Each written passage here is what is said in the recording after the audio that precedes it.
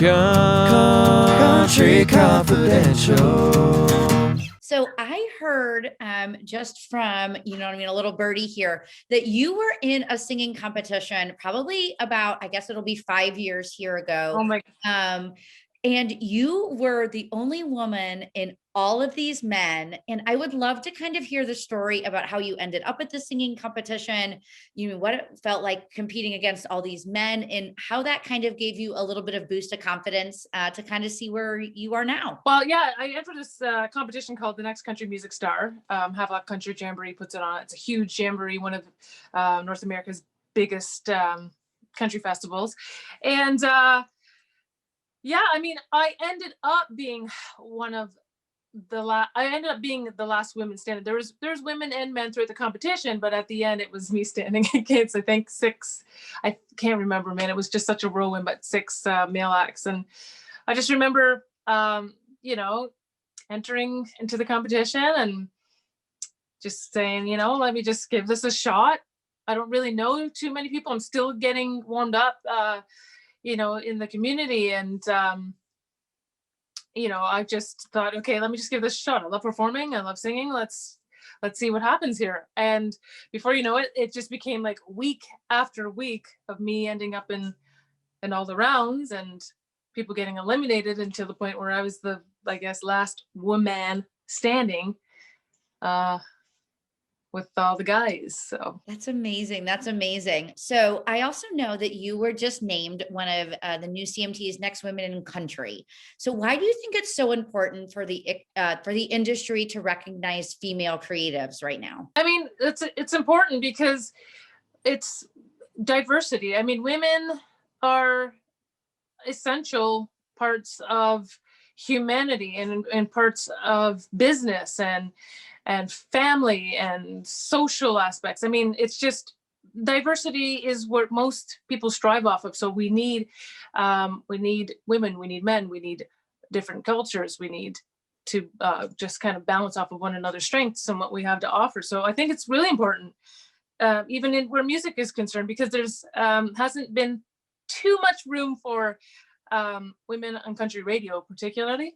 But I think things are turning, like things are changing, and I've been lucky enough to have inspiration through, women who are in country music. And I think the more women that we have there, the more opportunity we have to inspire up and coming female artists. I love that. I love that. So what do you think is the catalyst right now? I know you kind of touched on it there for a second, but what do you think is the catalyst right now for the strong push for female creators in the country space right now? Well, my thoughts in pertaining to having, what the next catalyst would be for women in country music is definitely equality and an even ratio, and definitely having somebody to look up to and someone who represents each person across the world, in their genre. Somebody who's, somebody who could be underrepresented,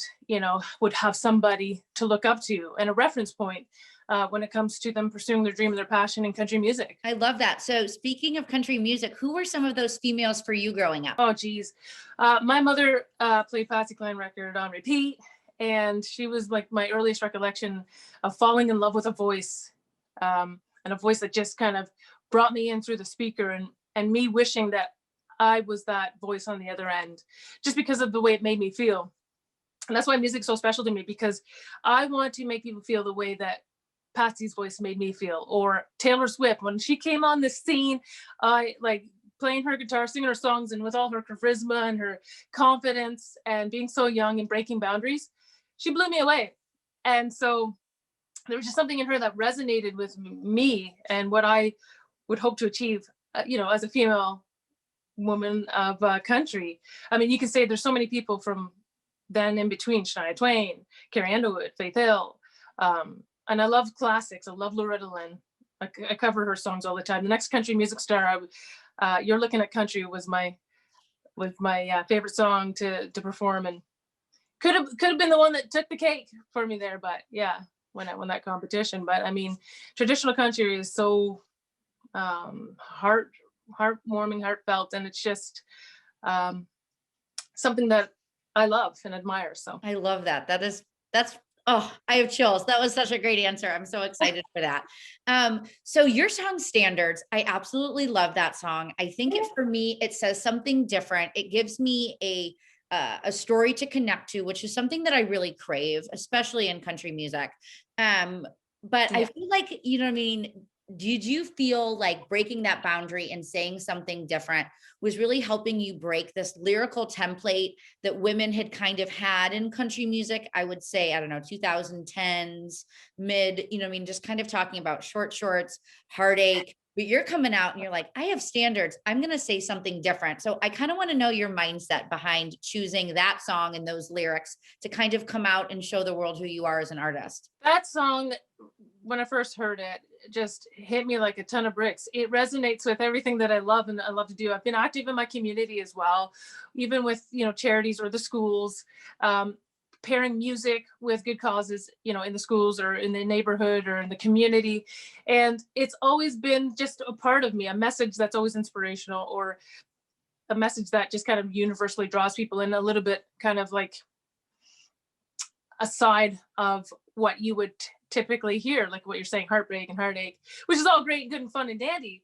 But this song here, I think it's important because, again, male or female, it's about standards and it's about finding people. Like, we talk about relationships in music and in country music, but how about we talk about something where it's like, how about having standards so you don't end up with that heartbreak song, hopefully, so they don't end up with that, let's meet me at the bar because I've just been dumped, or whatever it is that leads you there. How about a song where we can hopefully, try and avoid that by having standards and finding someone who values your standards and your, I guess, finding someone who values your standards. I love that. I love it. I feel like, women are really kind of taking the forefront of this, changing the recipe almost for country music songs. So what are you going to do here in your future songs and songs that have coming up that are really going to stick to that kind of punch that you've thrown out there for us, and changing the recipe in lyrics for women? I'm always a little bit left field, and I like to stick with that. I mean, I'm so excited on some of the demos that I'm working on, even sonically. Like, I think something that kind of sets me apart, or just kind of sets a trend for myself, is sonically, and along with the message. But like, if you've heard of Cheers is kind of like a little bit of rock with a little bit of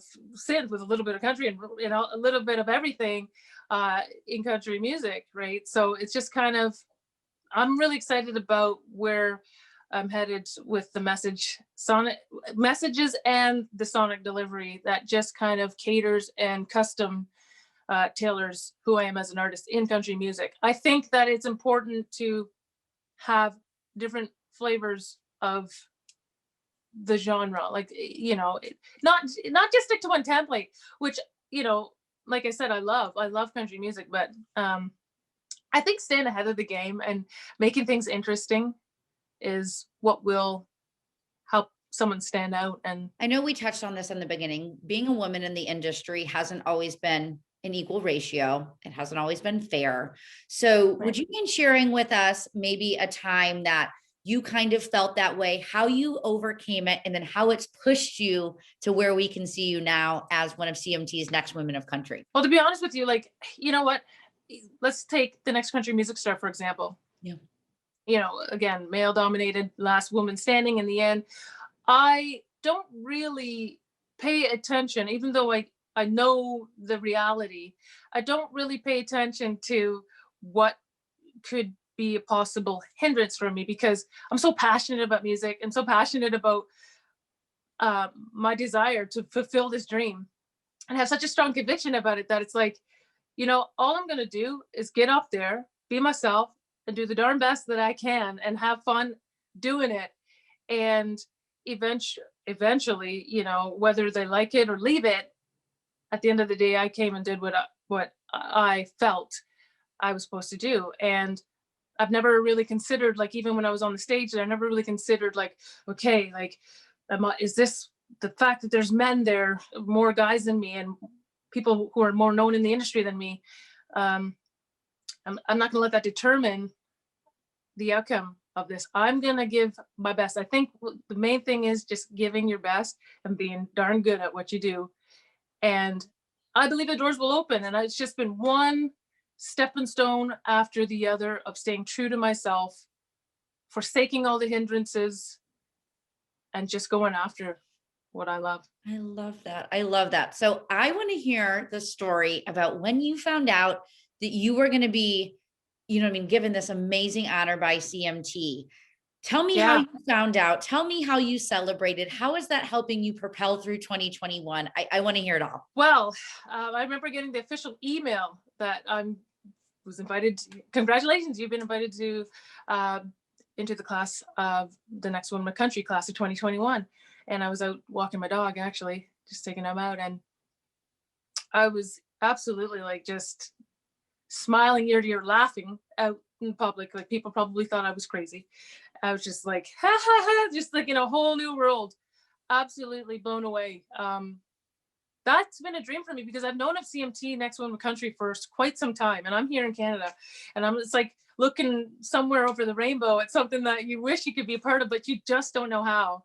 And all of a sudden you're getting an email that one thing that you've always dreamed of is coming to like reality. So I don't know if there's even any words to describe it, but absolutely thankful. And I was totally excited. And along with that can of worms of being announced with CMT Next Women of Country, you know, I got my first top 40 at country radio, first top 50, you know, in Canadian country Billboard charts, which was a huge deal. I won the I Heart Future Radio Star, you know, in December. So it was like one thing after the other. I was just absolutely floored by it all. That's awesome. And then I have one last question here for you. If it were up to you, how would you like to see women integrated into music, specifically country music, better? I would love to see, to hear more women on the on radio. I would love to see them win. Well, you know what? I'm about equality. So it's not like winning more than the other, but having that there's no difference in ratio between how many women win are in categories for awards, or how many women win awards, or how many women are on country radio. I would like to see fairness and equality when it comes to women being established in country music. Mm-hmm. And there's no prerequisite. There's no favor over gender. It's just about authenticity and originality. And that shouldn't have any gender associated with it. No, I love that. So what can we expect from you this year? I know you said, you hinted at you're working on a few demos. You said a can of worms has been opened since you've gotten this amazing title. So oh my gosh, so many exciting things about what we can expect from you. Oh my gosh, so many exciting things. It's almost like, okay, can I say it now or yes or no? I don't know, but like a really exciting collaboration coming, and music video and for standards, and some new music this summer is what I guess I will throw out there for now. Country Confidential.